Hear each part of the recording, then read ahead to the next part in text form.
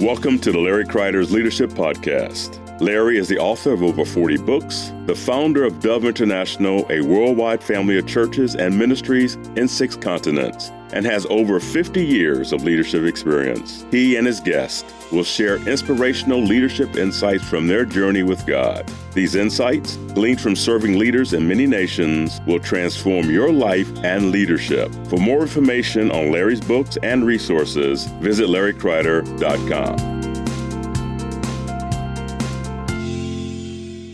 Welcome to the Larry Kreider Leadership Podcast. Larry Kreider here, and very excited about the podcast today. You are in for a treat. With me in the studio today are my friends, Pastor Wilson Lim and Pastor Simon Ang. Wilson, you are literally on the other side of the planet. Australia and Malaysia for you, right? With a 12 hours difference approximately? Yes. Yeah. Yes. So that's always great. You must be and you're right here in our studio. You must be in jet lag. I'm impressed that you're here. You lead a movement called Hope International Ministries, HIM. Mm-hmm. And you've gone through a leadership succession where you have 4 or 5 years ago, Simon, you were leading the way, and now, Wilson, you're leading the way. And we want to talk about how that happened, what that looks like. Again, for those who just tuned in for the first time here today, tell me a bit, Pastor Wilson, about HIM again. Well, Hope International Ministries is a family of churches. We have almost 800 conventional churches across almost 40 nations. That's amazing. And we consider ourselves a family. We're church planning. We're disciple making. These are our major emphasis. Right. Yes. That's amazing. Now, Pastor Simon, when and how did you begin this process for Hope International Ministry? It would be 6 years ago. Okay. 2017, I felt like it was time to do a search. It was time to pray. Why did you feel it? Was it because you're getting older? Was it because you feel like this is not your cup of tea, so to speak? Why did you feel that way? By that time, I was leading 10 years already as a president, and I felt that it was time to have someone with a fresh energy, fresh insight, fresh wisdom, someone with a different gifting from me to be able to bring something new on board for our family of churches. Okay. Yeah, so that's when I began to pray and started that search. Okay. And Wilson, were you aware of this at that time? Were you aware that he was... Simon started giving me hints. Gave you hints. And what kind of hints did he give you? One of the hints was more obvious. I started to form a think tank team. Okay. So I brought Wilson and 2 others on board. Okay. I felt that I needed a smaller team to think together with me, strategize, and have a broader picture. So that was kind of like see how these people would think together with me, how they come up with original ideas themselves. Okay. Yeah. So you're saying it was 6 years before the transition that you started this process? That's right. Yeah. Now, that's really important because as anyone talking about transition, whether it's in business, whether it's in your job, or church or whatever it is, and don't make quick decisions. Give time. Get people involved in the process. That's right. And obviously, you did that so well. So are there any other signposts that you thought it's time to start the process? Was there anything else that you were going through at that time, or any other reasons why? Or was there a word from God? I mean, I don't want to minimize that. Yeah. I'm a pastoral gifting. I started taking over the movement when we had a crisis. Yes. I brought the team together. I brought the movement together, and of course with the regional pastors with me. So I felt that my process of doing that, I saw the stability in our movement. I saw the growth in our movement, and I felt that there was time for a new gifting to come on board. Someone to be able to take it further, even from what I had done in the years that I've done as a president. Okay, so as you began to see this happening with your leader, with your pastor, so to speak, what was going on inside you? Well, I could see where Simon was leaning towards, and I could see, I could analyze the situation and the options available to him, the range of options. It wasn't a lot of options. Right. So I said, okay, look, I'm probably one of the key candidates on this. So, always in my heart, I've never been someone that wanted positions or anything. I just want to serve God. Sure. I just want to do whatever God wanted me to do. So I didn't want to interfere with the process I'm sure Simon was going through. So I didn't want to get involved in that process. So I kind of sat back and just waited and prayed. But actually, I sort of knew a year or so before, actually God spoke to me, and a prophet came to our church, and he told us that I'm going to take on a... Publicly or just privately? Publicly, but he didn't describe the role, but I knew what other role could I take. Okay. And I forgot the words he used, but he said that I will be promoted up to a higher role. Okay. I said, "What? There's no higher role." Right. Yeah. Was that? I wasn't there. He Yeah, was no. You were in- not, in how did it make you Brisbane. feel when you heard that happen? I didn't think I told you. Yeah, I didn't want to. Wilson didn't tell I me. didn't want to interfere his Okay. thinking, because I would feel like I might be using God's name to pressure Right. him. Yeah. I didn't want that at all. I really appreciate that you didn't, because many leaders will manipulate, Yeah. and even use Yeah. prophetic words to manipulate. And you did not do that. You trusted it to God, because you want to make sure it's God anyway. And of course, we see it has been God. It is God. So actually, God was speaking to us differently, separately, and independently. So Okay. that's a good confirmation on that. You know. Okay, what are your difference of age? What's the difference About of age? 10 years. You're 10 years apart. Okay. So you're saying you started 6 years ago. Talk to me again. Walk me through the process then. You had these people speaking into your lives. You had the prophetic words. You're waiting on God. Talk about the process. How did that work? What did that look like? So I formed that team, and then we started working together with the 3 different persons with me. Wilson was one of them. So I think we explored different projects for the movement, different ways of expanding further. What were some leadership things that we wanted to do? And so 2 years into that, from 2017 to 2019, I felt it was time for Wilson to come on board as the elder. So in 2 years into that, we appointed Wilson, and then Dennis came on board as well. So then we worked even closer as an eldership team to further the process of how Wilson would think and function together, more than just being a regional pastor or the think tank team, Right. but being an elder. How was his heart towards the movement? How was his gifting towards the movement, the competencies, the character, and Right. the thinking process, that Wilson will bring on board. So we explored it further. I explored it further in how Wilson would fit into the team and eventually lead the movement. So when did you finally ask him? What did that look like when you asked him if he's willing to take your place? 2020, Okay. 1 year into that. Okay. I think there was another candidate that we thought might be suitable, or that I thought would be suitable. But finally, in 2020, it worked out. The confirmation for myself was that Wilson was the suitable candidate. And then how did the rest of the whole family, you have a global family, many nations, like how did they get ownership in this? What was their response? How did that work? Yeah. I think one of the important area that has helped us a lot, Wilson has traveled in our movement, in our churches over many years, and Right. our people are familiar with him. Right. He's gone to their camps, their conferences. Wilson has been on the platform with our HIM conferences, Right. so they are already very familiar with him. He's not a new face. And our regional pastors, because we meet together very often over so many years. So he's also worked together with the top leaders. He's also worked with the national pastors, the national core teams. He's a familiar leader, familiar face. They're used to Wilson being in the team already. Now today, Simon, you're still on the team. Yes. And it's just that, Wilson, you are leading the team. Yes. So how does that work? Like, what are your roles? Because you had the primary role, Simon, in the past, and Wilson, now you're the primary role. Yes. So, Wilson, what are the roles? How does that work? The way we structured is that we have eldership, the global eldership. Right now it's 3 of us, but I'm the president, so I'm the leader of the eldership. Okay. So I That's guess the eldership of the movement. Yes, that's Okay. right. So I guess it's a kind of a switch of a role. So I have to take the lead in terms of the direction and the heart of it. Sure. But in terms, Simon still leads his own region too. So that the regional part didn't change. It's just the eldership. It's just changed roles. So you didn't retire in any way. You simply at all. You're traveling now probably as much as ever and ministering to leaders around the world. And you spoke at our conference here. So that's clear. So you didn't retire. but you simply switched roles. You simply is that right? That's Am I saying right. More or less, That's yes. right. Yeah. So in the past, I was taking the lead, as in hearing from God.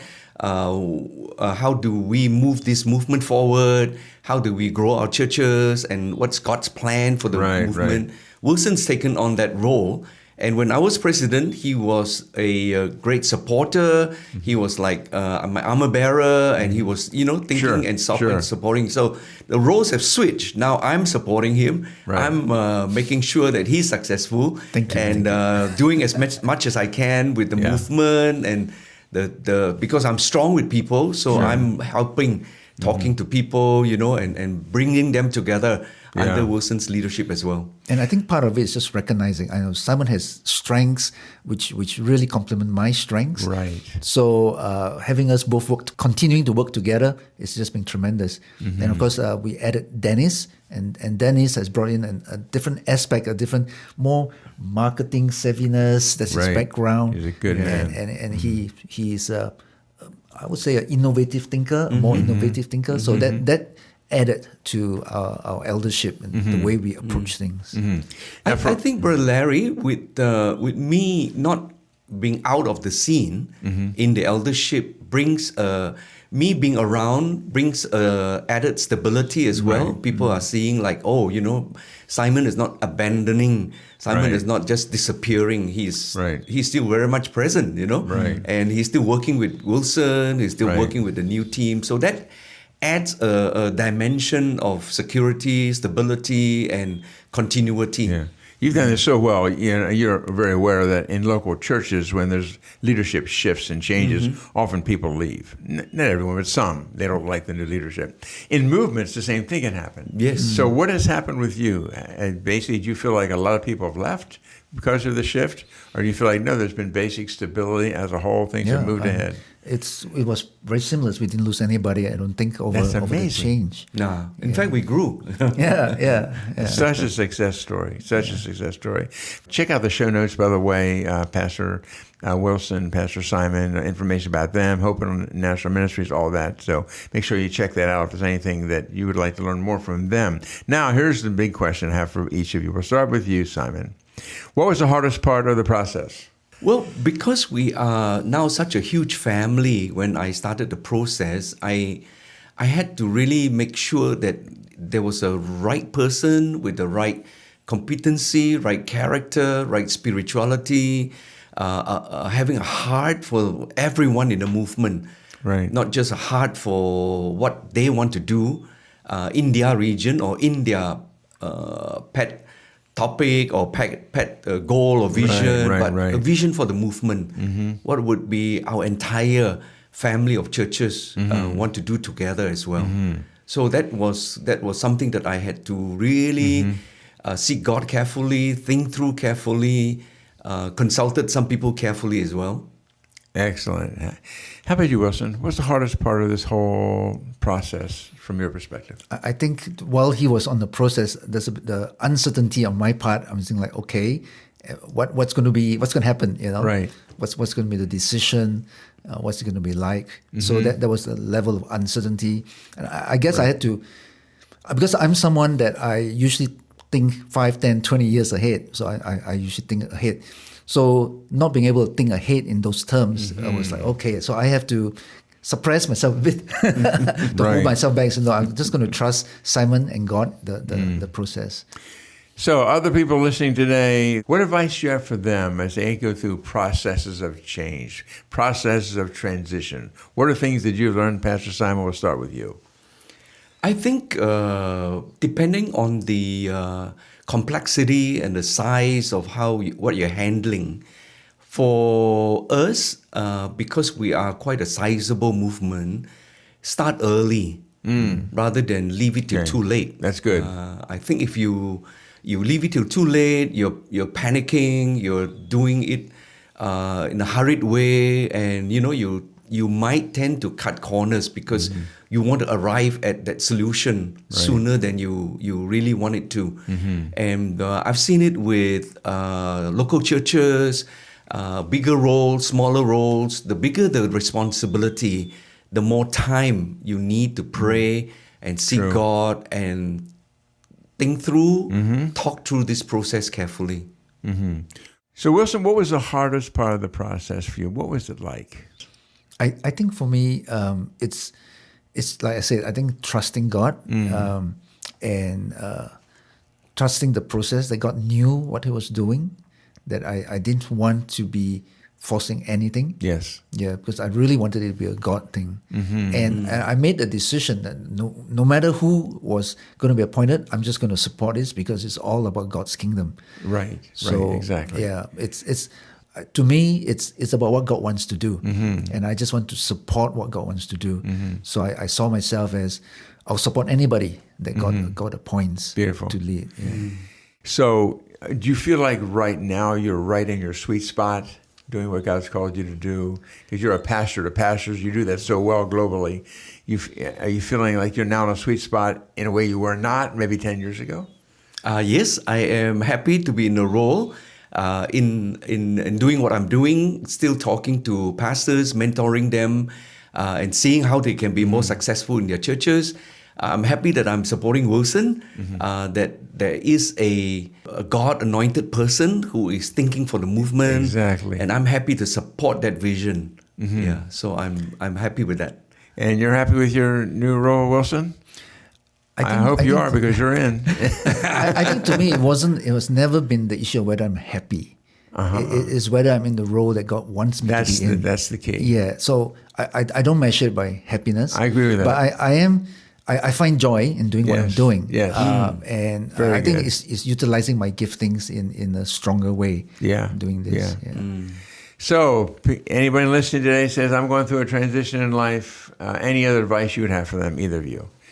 Anything else that you've learned, say, we learned this and you need to follow this will help you? Anything? Yeah. Well, I think transition was new to us and new to me.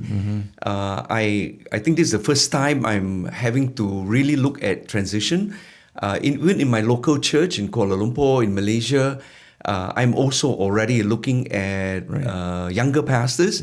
I think in Kuala Lumpur, I have pastors who are 20 years younger than me. So that's a good feel of pastors to look at.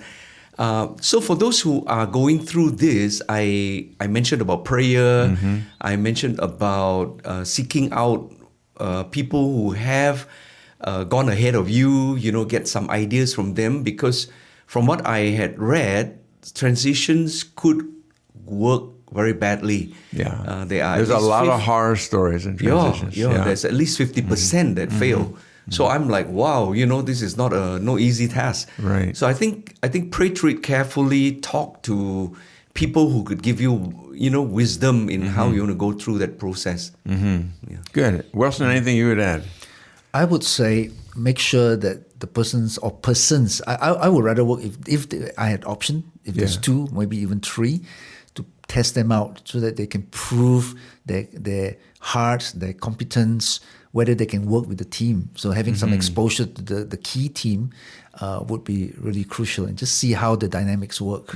Because it would be a shame if you put someone in and the team can't work with this person. That would be really difficult. It would. Yes.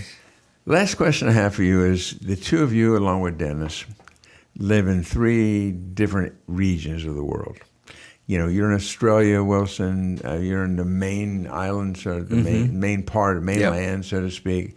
Malaysia, Simon, and then Dennis, who's in Borneo. It's the same nation, but it's not close. How do you work together? How do you communicate? How do you lead? Since it's one thing if you're like this around a table all together, and obviously Zoom and things like that help. But how do you do that? How do you walk together? How do you stay connected to give proper leadership to the movement God's called you to lead? I think we had a tremendous advantage because Simon raised Dennis. Dennis was basically more or less your right-hand man in coaching, because he was the one that established coaching. And of course, I have almost a 30-year relationship. Coaching is in Malaysia. That's right. So I also have an almost 30-year relationship with Simon.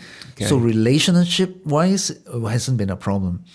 So that's why I think that's one of the reasons why we could work over such distances, even though it's like a lot of it's Zoom. And so how do you connect? Do you connect by Zoom? Do you have monthly meetings? Or do you just get together as needed? How do you do that? Either of you. I think Wilson has mentioned about the relationship. I will emphasize again. because of the deep level of relationship and friendship we've had over 30 years, that cements our trust and understanding of each other. We don't doubt and we don't query in a doubtful way. That's helpful. But physically, we use Zoom and we get together as often as possible to be able to at least twice a year, face to face, and I think on the Zoom and communication, officially we talk at least once a month, I think. Yes. Yeah, and I'm often in conversation with Dennis because we're still on the national team as well. Right. And of course we WhatsApp and all that kind of stuff. Right. So listeners today who would be listening to this podcast and say, I need some advice on this whole transition process or whatever they're going through with their own movements, their own churches, whatever, I'm going to encourage them, just go to the show notes and it'd be okay if they would contact you. Sure. And then you could give them some advice as needed. That'd be a great blessing to people. Again, since we're touching so many nations of the world through this podcast, that could be a great blessing. Again, you've done it so well. Thank God for you. I'll say probably for the person giving to a successor, right, you got to learn how to let go in a way that the new person has the freedom to flourish.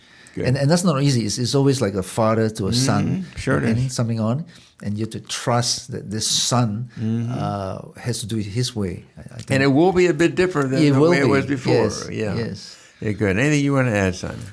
I mentioned earlier about taking time to go through this process carefully. So I said I started like 2017. Right now it's into 6 years already into that, but Wilson took over 2 years ago. I remember I mentioned I had 3 candidates and we were looking at that. So I took time to test them out, and that really needs time. Sometimes you feel a leading, and you think you want to test this area. Yes. Walk through their character carefully, walk through their heart for the movement, test out areas that would be really, really important, and don't miss that out, because that could be the crucial deciding factor. That's true. Very true. Simon and Wilson Lim, thank you for being on the podcast today. This will help so many people going through their own transitions, their own successions, situations. And thank you so much for being on today. God bless you both. Thank you so much. Thank you, Larry. And everyone listening today, this is the Larry Kreider Leadership Podcast, where we learn these small changes we can make that will make a massive difference in our lives and the lives of those we serve. And I look forward to having you back here next week. And thank you to Melina for putting this all together. She's a great blessing, works behind the scenes to make sure that this podcast happens week after week. God bless you. Thank you for listening to Larry Kreider's Leadership Podcast. If you want more information about any of Larry's books, daily devotionals, small group resources, or any other teachings, go to LarryKreider.com.